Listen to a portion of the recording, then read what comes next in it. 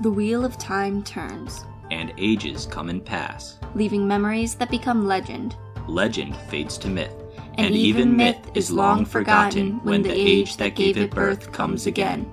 In one age, called the third age by some, an age yet to come, an age long past. a wind rose in the mountains of mist. The wind was not the beginning There are neither beginnings nor endings, to the turning of the wheel of time, but it was a beginning.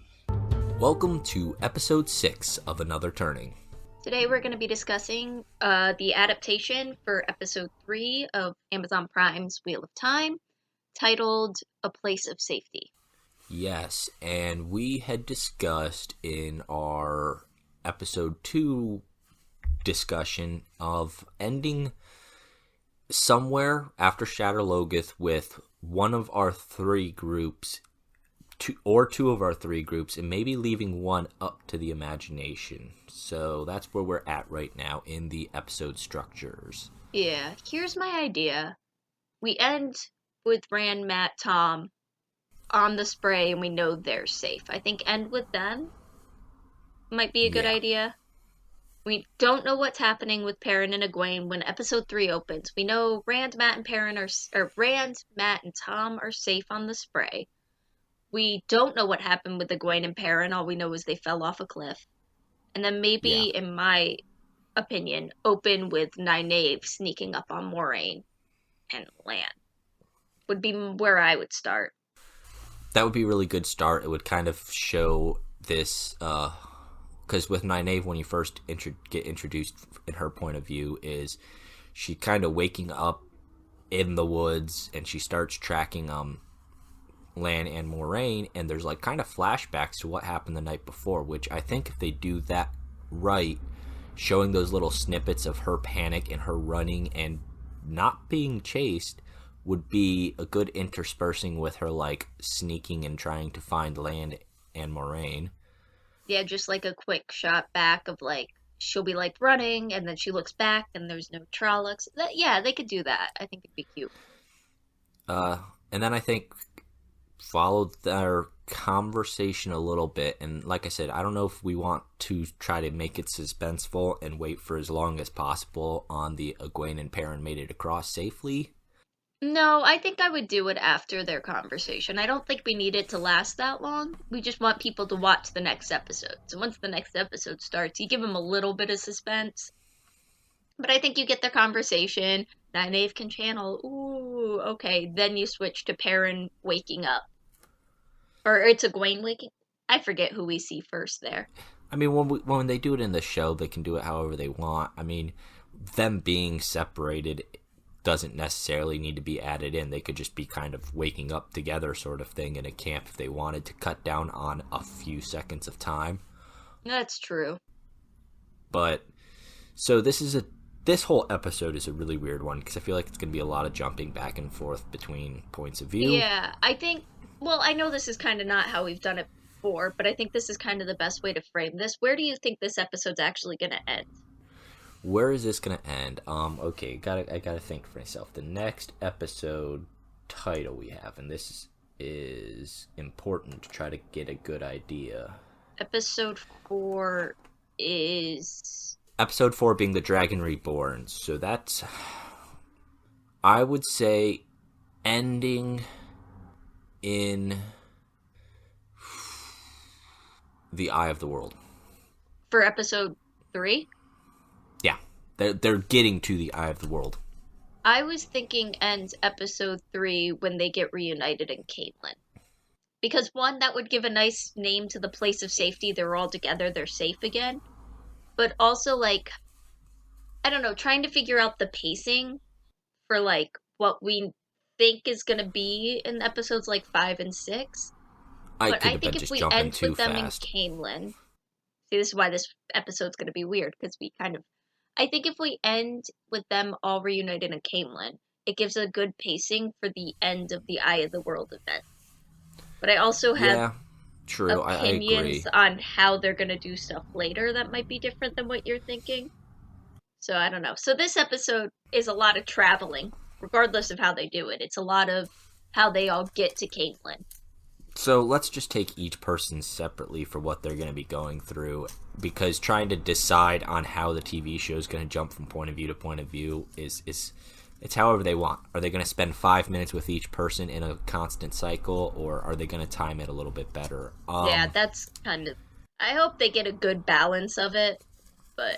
The only thing with bringing Nynaeve in at the beginning is one thing I always thought was interesting while reading the books was the Rand and Matt's point of view, talking about how there's the whole lightning and then Rand getting sick. I thought that paralleled really well with the conversation that Moiraine has with Nynaeve, where she starts to talk about how channeling happens in a person, where you'll have a channeling event and a few days later you get sick. Does that happen at the same time? No, that's with... It's parallels Rand going kind of crazy in the mast of the ship, I think, was what it was. I don't know. It's just because not a lot happens with the Nynaeve, Lan, Moiraine group. They would just kind of tuck in every once in a while. I think keep them... I don't see any reason to add anything that wasn't in the books for them. I can't think of anything that would make sense.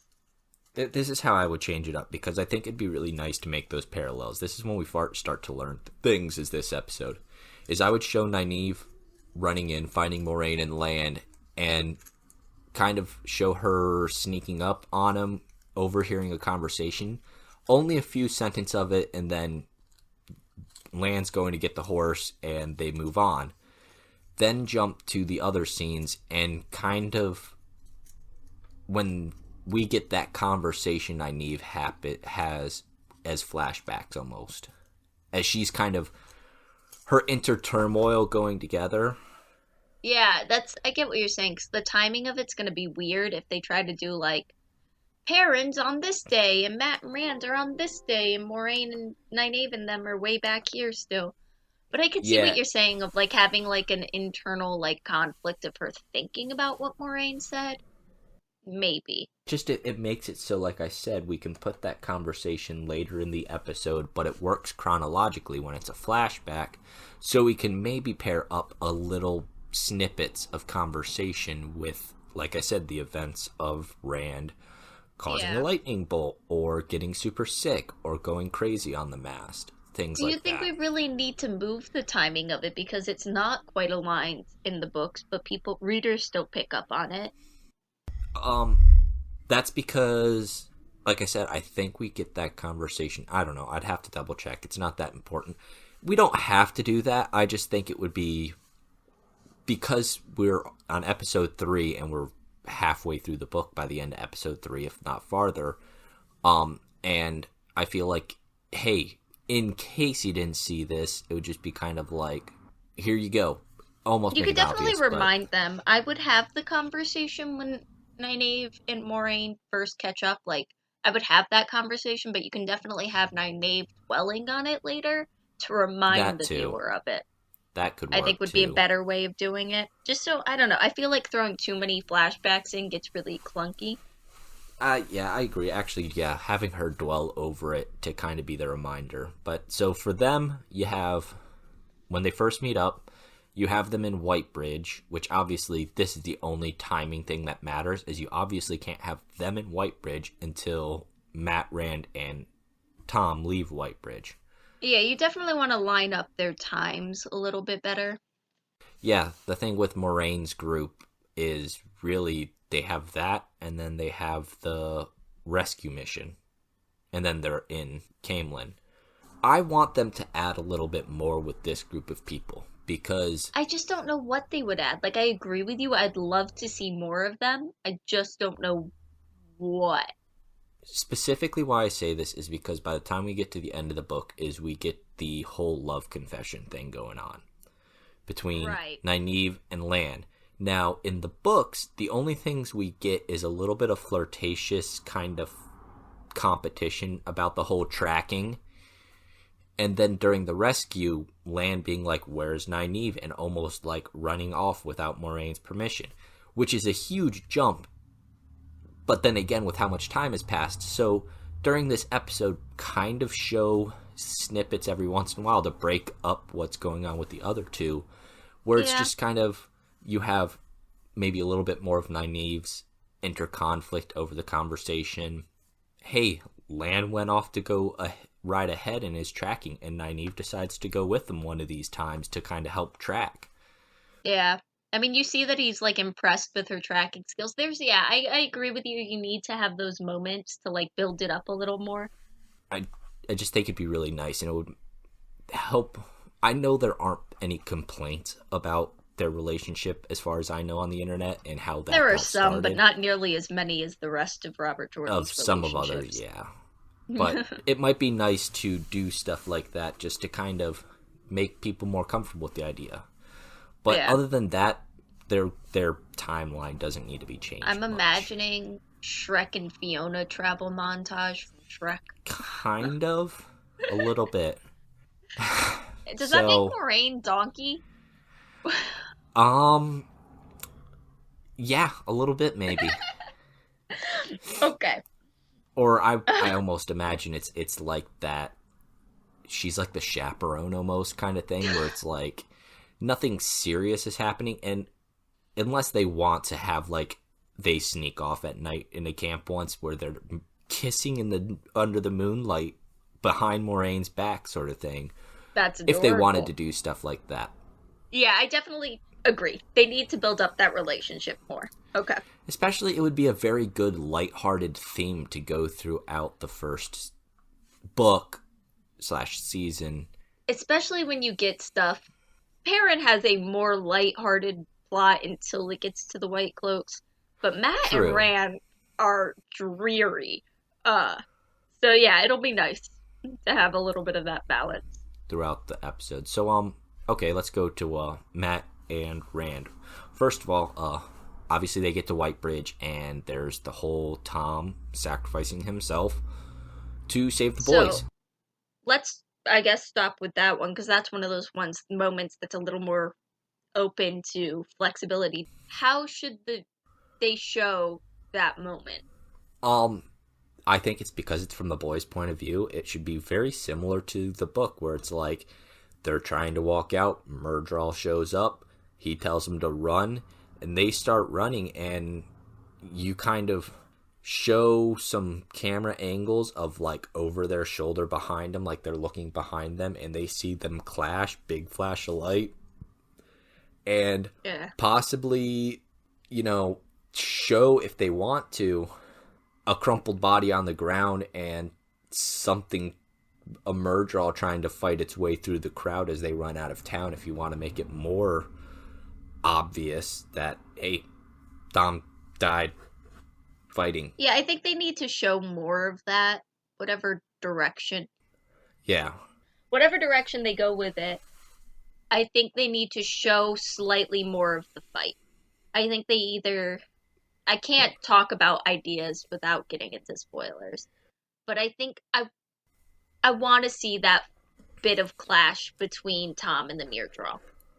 Oh, I agree. I want that to be whatever they show in the town, and then right after that, as the boys are walking up the street, and it's like they're just walking and walking, the sun's going down, and they're not stopping, and finally they hit a point where they collapse in the road, and there's that whole conversation of, is that Tom coming? Is he alive? And I want that to be heart-wrenching a little bit. Right, and this could be one of those first dark moments for Matt, where Matt's like, he's probably dead, so is everybody else, or something like that.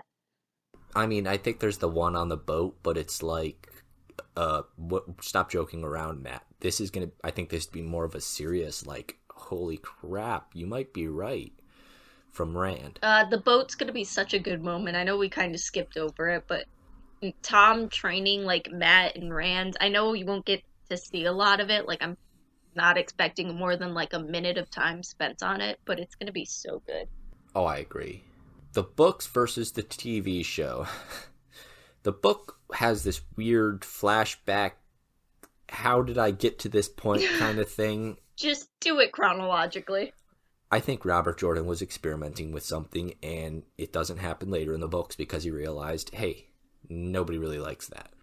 So that'll just be chronological. I think it'll get cut down. I think their journey, I think it'll be narrowed down to like 3 things. I think it'll be the Grinwell farm, Four Yes. Kings, and the wagon ride into Camelin.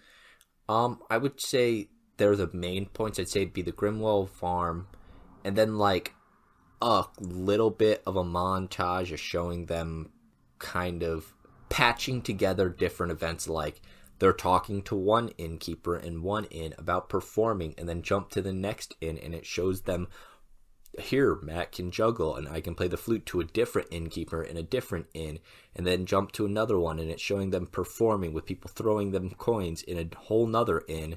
And then Four Kings, it's miserable, it's pouring, kind of like it's all jovial, and then bam, horrible sadness. My worry with making it too jovial in that moment is I don't, and this again will depend on how they cut it with the other stories. I don't want them to seem too cheery. Like, they should be really, like, hurt. But yeah, they can show moments in between, do kind of a montage time thing. I feel like I'm thinking of where they've done this in a movie or something, where it shows like, hey, we're doing all this stuff that's kind of nice, and then all of a sudden it's like door being slammed in your face. The next scene is they're just, and they could do that, like getting the indoor slammed in their face with rain pouring on them, and their easy journey just started to suck at Four Kings as well. Yeah, there's definitely been something like that in a movie or a show, and I can't even think of what it is right now. But that would be, so the 2 other things that I think maybe could get cut is their interaction with Cater the Dark Friend. Yeah, that's not that important. Not that important, although it's great to see Rand just punch a guy in the face. Not necessary. And then the other one, which might be, I would want this the interaction they have with Millie Skane. So that's the woman that tries to kill them in the barn. Yeah. I don't think it needs to be kept, but I do want to see the effect of the dagger, because there's a point where like Matt draws the dagger and it like stabs something. This is how I look at it, is for the most part of their journey, because it's, you know, a travel montage, so to speak. It'd be a lot of montage until you get to Four Kings, and even the Grimwald farm would be such a small beat in things. Four Kings would be a big scene, and I think you would almost spend with them from Four Kings till Dark Friend Lady tries to kill them. I would just speed it up a little bit. So the events in Four Kings, to them escaping, and kind of show them lumbering away in the rain and the dark, and then waking up in a bush and walking into the next town, and that next town being where Rand's getting super sick. They try to get into a room, end up sleeping in the barn, and that whole try to kill them attempt. That's 2 days of time within the That's true. show. You could do that in a few minutes. And then a couple scenes like they did before of them sleeping in bushes and stuff. And then kind old farmer man Almond Blunt offers them a ride into Camelin. Yeah. Then when they get to Camelin is show them finding the inn, a little bit of the, I think a lot of the conversation that happens will be much more visible when you see all the red and the white and seeing the town of Camelin, the city of Camelin, which is going to be, when you see Camelin, it should be awe-inspiring. And the crowds, and see these little pockets of people wearing white, pockets of people wearing red, them not getting along, but that'll all be in the background. They could very quickly, they could do a scene where they're like walking through and somebody with a white cloth bumps into somebody with a red cloth and they almost come to blows. Yeah. But all just as they travel. And then they get to the inn, you meet Basil. So yeah, they get to the Queen's Blessing. He puts Matt away. This we can get a little bit of Tom's backstory from Basil Gill. I actually almost wouldn't. Not that I don't love Tom's backstory. I just think it's not super necessary at this point. Yeah, and it just also feels weird and out of place when like he just died. True. And it's something that could be introduced later. Because when they're in the alley, Tom just says, does Tom tell them about his nephew being a channeler? Does that Basil Gill tells them that? I don't know who tells them. as long as it comes out either from Tom talking to him or Basil Gill talking to him, it comes out of why Tom just sacrificed himself for these boys that he's known for 3 weeks. I guess. Yeah, I don't know. It can come out at some point, but I don't think we need the full story. I actually don't even think we need the whole Tom Morgay stuff that Gil talks about. That I don't think is important right now. And any of this can come out at a different point. Like I said, it's just the important thing is that Tom just sacrificed himself for these boys, and if there's information that's connected to that specifically. Yeah, so maybe whoever it is, either Tom before then or Basil now, just saying something about his nephew I don't know. I don't know how to... When it comes to, like, the exposition stuff, I'm just never sure how to quite fit it in. I mean, it could literally be a conversation. Instead of them going to a back room and having a long conversation, it can be just like hey, as I'm walking you up to your room and showing you to your room, or something. I don't know. Yeah. But anyway, so they get there. Then we meet Loyal. Of course. And this should be where all the exposition for the rest of the books comes from. Just Loyal just tells us everything. No. Loyal is going to be awesome. I am really pleased with the actor they got, Hamid, and I'm not even going to try to pronounce his last name. I'm sorry. I'm still embarrassed after pronouncing Yosha's name wrong for so long. Anyway. Josha? It's Yosha, and I feel stupid. I studied German for how long, and I couldn't pronounce it. Anyway. But I think he's going to do a really good job. He's, like, winning a bunch of awards right now for his performance as Bottom in Midsummer Night's Dream. Like, I am so excited to see how he does it as Loyal. Like, his looks, I know, like, Loyal is going to have either makeup or something to make him look different, but this guy just looks like he fits that role. Honestly, this is the one thing in the show. This would be the first point where it could really kind of disappoint me, is Loyal. Depending on how Loyal looks, whether it's practical effects, CGI, that doesn't bother me. It's how he looks at the end product. That could really be a shattering event for me almost. Worst case scenario is just like horrible CGI. Like, I'm thinking of like Cats just came out. I'm like, if he looks like that, I'll cry. Oh god. It's I would be fine if it's bad CGI, but it still looks how Loyal should look. Like, I would prefer good CGI, but so then Rand decides to try to go see Logain. Yeah. Which will be interesting. I think we could... Well, during that trek, he runs into Pat and Fane, which, at this point, I still don't know with him. It's weird to have Pat and Fane just cropping up at random points. He doesn't know it's Pat and Fane. It's like a bedraggled... It's the beggar. Yeah. Yeah, it's going to be really interesting to see how they do that. Well, at this point, he's, like, showing up, like, once an episode, because he was, like, in the first episode as, like, Pat and Fane. And I would be fine with that. It kind of works. It keeps him in the consciousness long enough that it's not weird when he shows back up. Like, yeah. I would argue that Pat and Fane is the overarching, like, antagonist throughout the whole series. Kind of.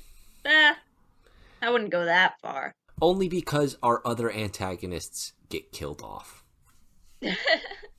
So, yeah, with him... Oh, we can also, like, skip, like, 3 dream sequences going through this. Whatever. Yeah, I don't want to think about those. So anyway, he ends up at the palace.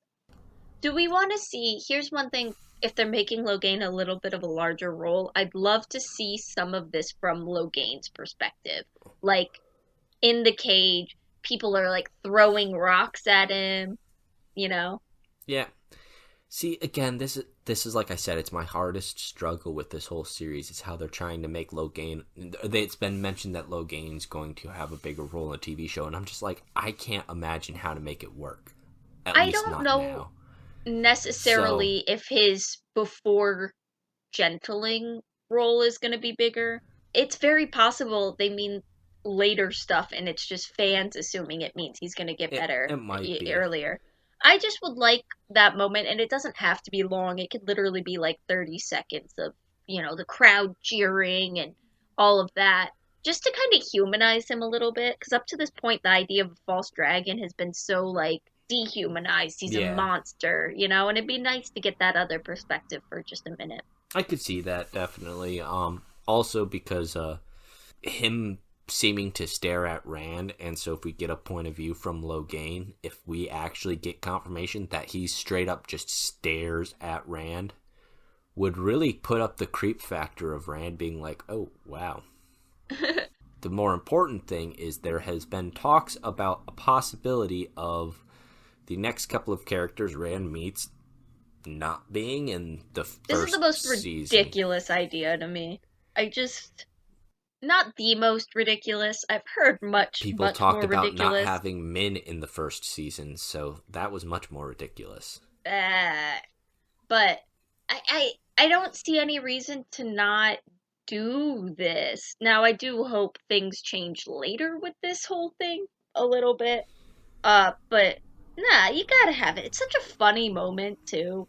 And it's also got like it introduces so many key characters, and like I agree. people are worried that like they're introducing too many characters quickly.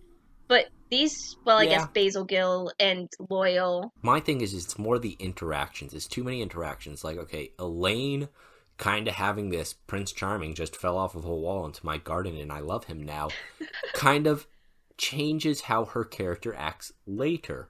Without her meeting Rand like this, you have to rewrite how she acts later to give her new motivation for things. And that's just it. Like, if she's not, I mean, you could change her motivations later to make it work. And I'm actually not totally opposed to that. I could see that. I just don't know how you have the same interactions that happen between Rand and Morghese without it resulting in Morghese throwing him in the dungeon if Elaine isn't there. Also, I would say actually that's important too. He has to, not Morghese, because her interaction with Rand has no forbearing on the rest of the story as far as I can think, but Elaida. If Elaida does not come face to face with Rand and have her little prophecy. Oh, totally. It would change because she's the reason, partially the reason, that there's such an emphasis in the White Tower about these boys. Like, she leads... A little bit. She's the one that shows up at the tower and starts talking about the kids from the Two Rivers. Yeah, I mean, I know by the end of the first book or beginning of the second book, there's a little bit of there's an interest in them because they're Taviran, but Elaida's motivation is so important from meeting Rand, where if she doesn't meet Rand, her motivation becomes less of strong, I feel, for her. Yeah, I mean, her motivations are still there insofar as how she feels about Moraine and Swan, but it is a little less strong when she hasn't already met him. Plus, her prophecy is just kind of like, it's our first, other than Min's cool viewings, moment.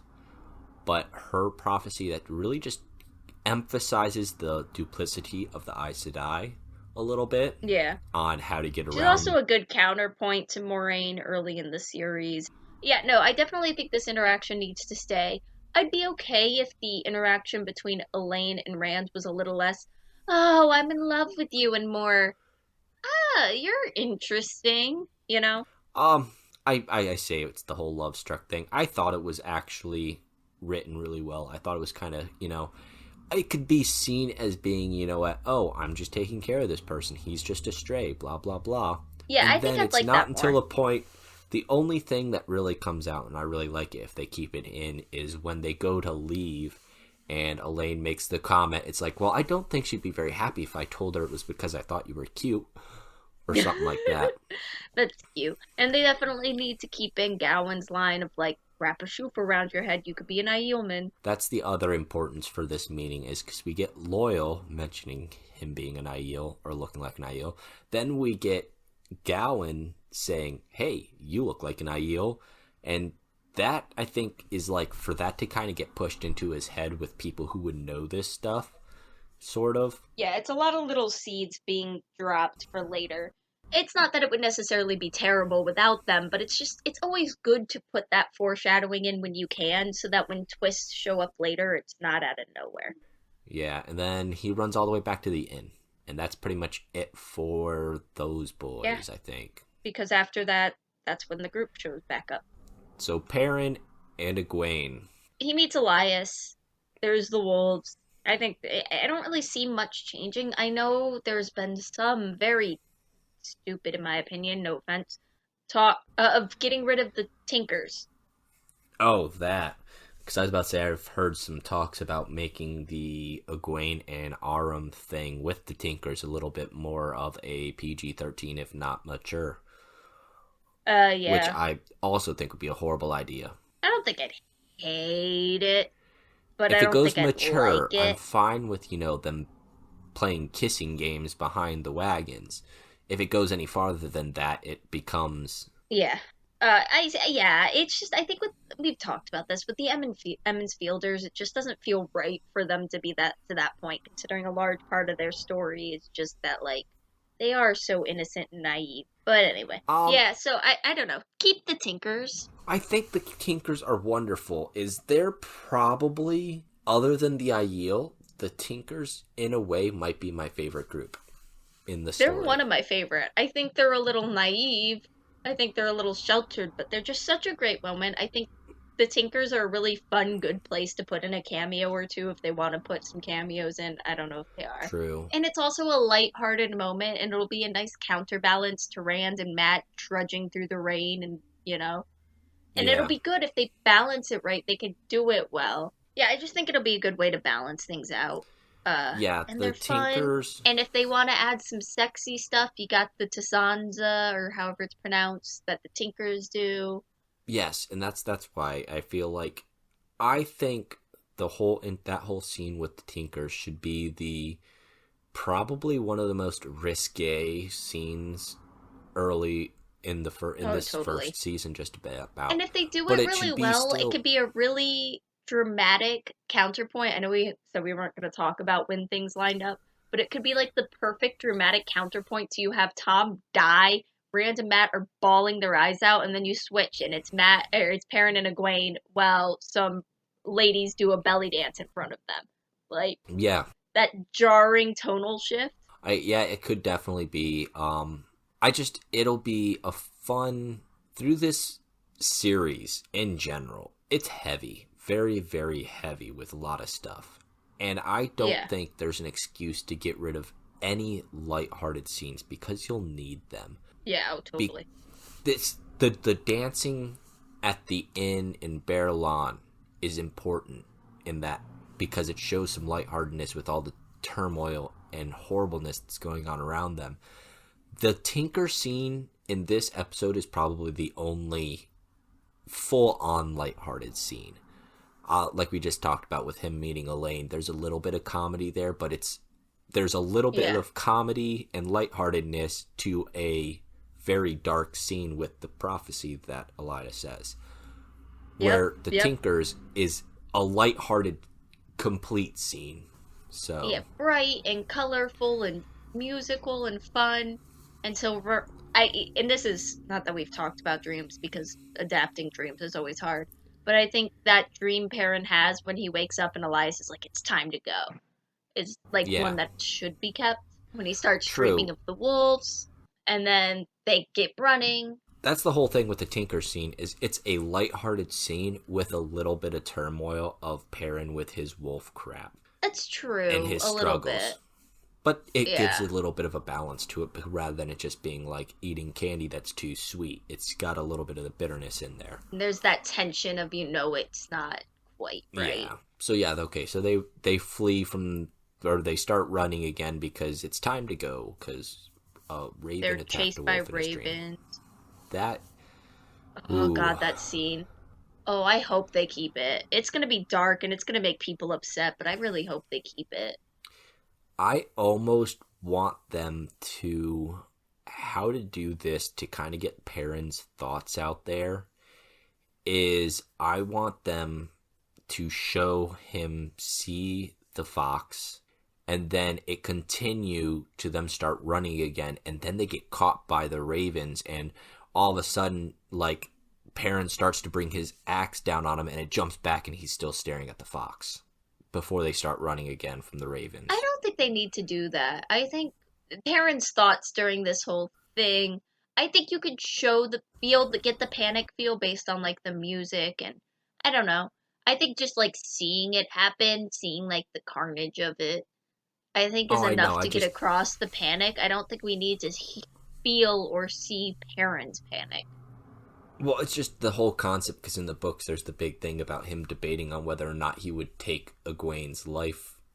I don't think that needs to be kept.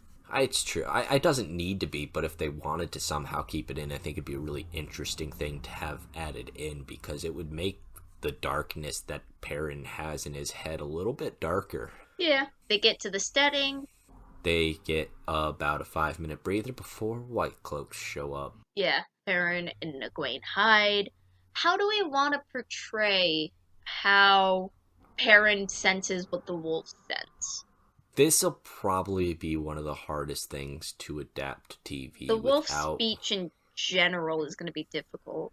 Without knowing we're in Perrin's head is, I would say, the easiest thing would it be like how it's kind of described in this part in the book, where scenes are overlapping in his consciousness, so to speak, where he feels like he's tearing out somebody's throat, but it's not him, is in a TV show is just as he's going, like, show like a quick, like, 1 second flash of another scene from something else. Yeah, that could do it. Or that, or like you just focus on his face and like you see him like close his eye. There's got to be something with like flashing back and forth between him and the wolves and like his facial expression to show that he's experiencing it. It's gonna be difficult because in a book where we're in the person's head, it's easy to see them using telepathy, so to speak. But yeah, when you're in a TV show and you're not in the character's head, you're seeing from it from a third person point of view, typically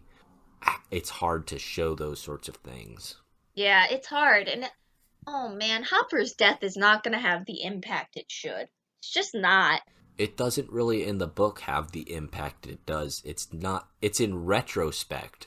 It is so sad. It's a retrospect thing. In a first read. I disagree.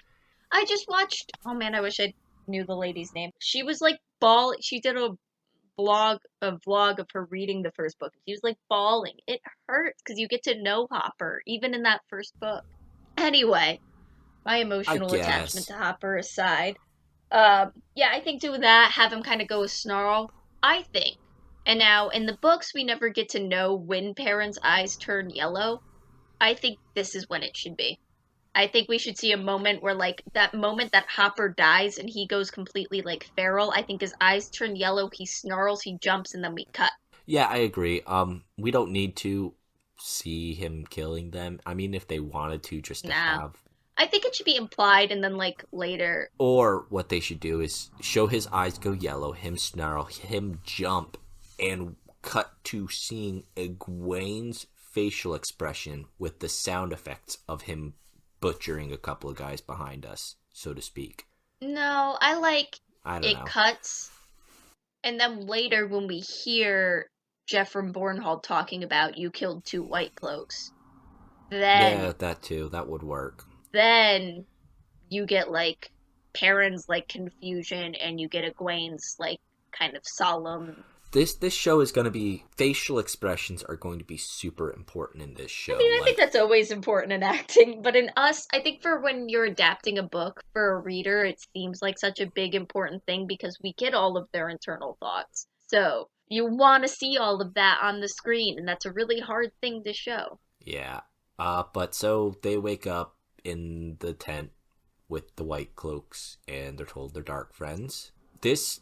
really just a little bit of exposition, which will be probably good at this point because with the Perrin point of view and Egwene point of view, it's been a lot of like run, chase. Yeah. Well, that'll depend how they balance it with the other point of views. Even if you really look at it, the middle part of this episode, how we're talking about it, is going to be other than the Tinker moment, but that's not a exposition. That's just, it's still a all action scene. But it's a lighthearted one. But before the Tinkers, there's maybe a little bit of exposition with the whole wolf explanation. And then it's all running an exposition when we get to the White Cloak camp. Rand and Matt. The only exposition is on the boat a little bit, maybe, and then when they get to the inn in Camelin. Yeah.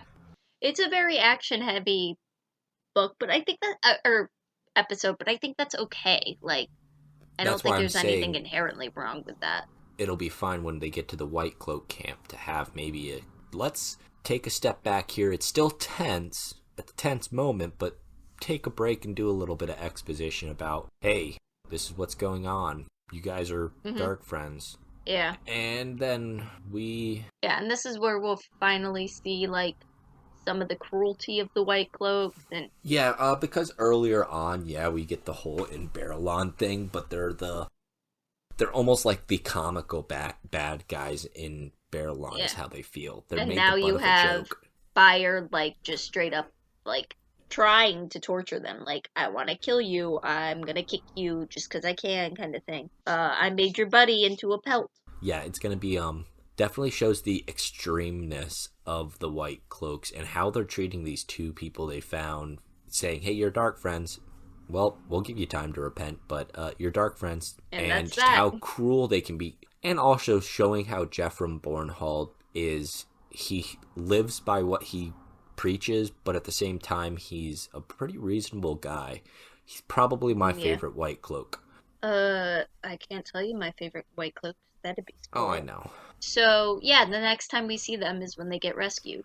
And I think the book does it pretty well, where it's like it shows Moraine, Nynaeve, and Lan showing up outside the camp and getting prepared to go in and rescue them. And then it jumps to Perrin and Egwene's point of view with the whole... Fire trying to bait them into trying to escape. So they can get killed, and Lan showing up and rescuing them. Yeah. I think it's done really well, and the way it jumps around in the book is a good way to do it in an episode. This is why, like, it feels so easy to adapt these series, because Jordan is so good at writing, like, the action sequences in a way that, like, feels really good and really cinematic. That I think this will be great. Nynaeve at the horse lines, the lightning striking. It's just done so well. Like, I can't say anything about adding or taking away anything. Yeah, it's great. And then... the next thing with them is, I mean, they all get reunited at Camelin. We don't get to see any of their trip. I know. The only kind of important scene is the whole, like, Nynaeve freaking out to Perrin having yellow eyes and being like, you're sick. And he's not. Yeah. Which... yeah. I think that kind of helps... I think they could also, if we already had his eyes turn yellow, we could also have the White Cloak say something about it, maybe, or, yeah. But nothing will have the impact like a friend or at least a childhood mentor, like, making a comment about him and freaking out about him a little bit. Like, his insecurities get built up because of Egwene and Nynaeve's reaction, I think. You also need, like, the little moment where, like, Nynaeve's taking too long and Lan's thinking of going back for her. Just build their relationship a little more. And then, everybody's reunited in Camelin. But between, I don't know, I'm trying to debate right now if we should see anything with that group before they make it to Camelin. Maybe one short scene, just because, like, trying to further the relationships dynamics going on there. You could have, like, Moraine and Egwene are reunited, so they start her lessons again. Something there. They could maybe add a little bit, but it might be just more so if they want to cut out some exposition from different places and kind of put it in here as they're traveling to Camelin kind of thing. That's true. Like I said, Nynaeve freaking out about his eyes. I mean, they could maybe... the conversation that Lan has with Perrin could be something that can happen on the road to Camelin instead of right there when it's like, hey, we're right outside the White Cloak camp. Let's go. Yeah. That's the only reason why I said they could show a little bit of the traveling. Yeah, like one, maybe two scenes. So they all get reunited in Camelin. Which I love the way that happens. The scene with Matt, oh god. Oh, that is right. So angsty, where he, like, starts insulting everybody and almost kills Moraine. Lan just casually stopping him. It's just such a good scene. Oh, I know, it's beautiful.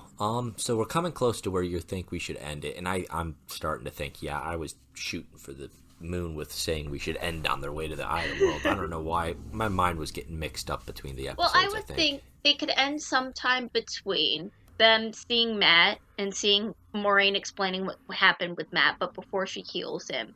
Anytime between there and when they get to the Waygate. I don't know where like, just for, like, maximum tension. Anywhere in there, I think, would be a good moment to end. I would almost say, literally just, I would say ending with the reunion, where it's like, hey, there's some woman in the back asking for a Rand and a Matt.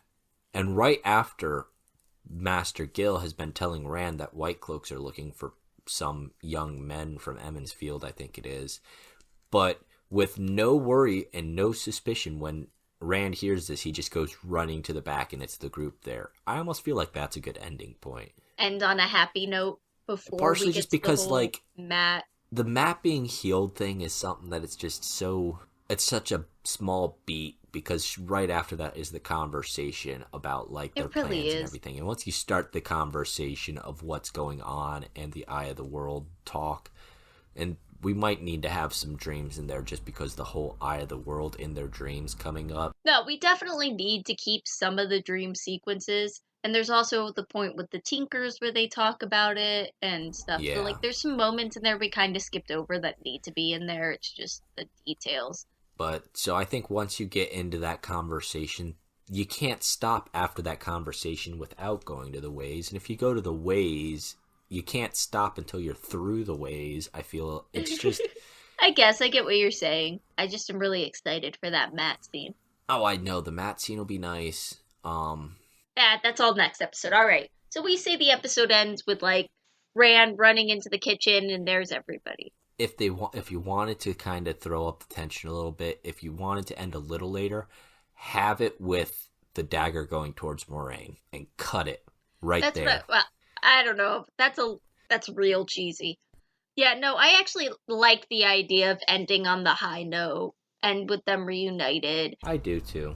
Yeah, I think that's probably a better spot, just because, especially if we ended last episode and the episode before that with them running intense, like, having it end on a high note might be a good change of pace. Especially with the title of the episode, it'd be nice to end on a, hey, we're all together again and we're safe. Yep. And then the next episode will pick up with stress again.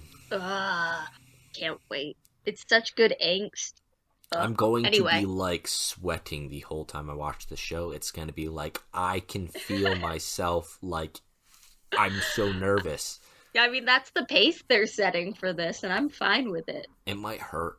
It's going to be a good thing, but it might hurt a little bit. Like, I don't know, like, emotionally and spiritually, it's just going to be painful, but in a good way. Yeah, but there's enough high notes. I think there's enough, like, lighthearted moments to, like, balance it out. Like, I don't know, if you think of season 1 of Game of Thrones or, like, the first season of The Witcher, those were pretty, like, dreary and fast-paced and scary at moments, but with enough lighthearted moments. Like, I think it'll work out. Oh, I agree. It'll just be really interesting to see. Okay, so leave your comments below. Let us know what you think. You can find us on Twitter and Instagram right now. Yes, please reach out. Let us know what you're thinking. Comments, Twitter, Instagram. Email us if you have anything kind of more bigger than, hey, I like this, I don't like that. If you want to talk to us, reach out to us however you want. We're happy to hear from you, and we try to interact with you guys whenever you do leave us a comment. All right. And we will see you guys the next time the wheel turns.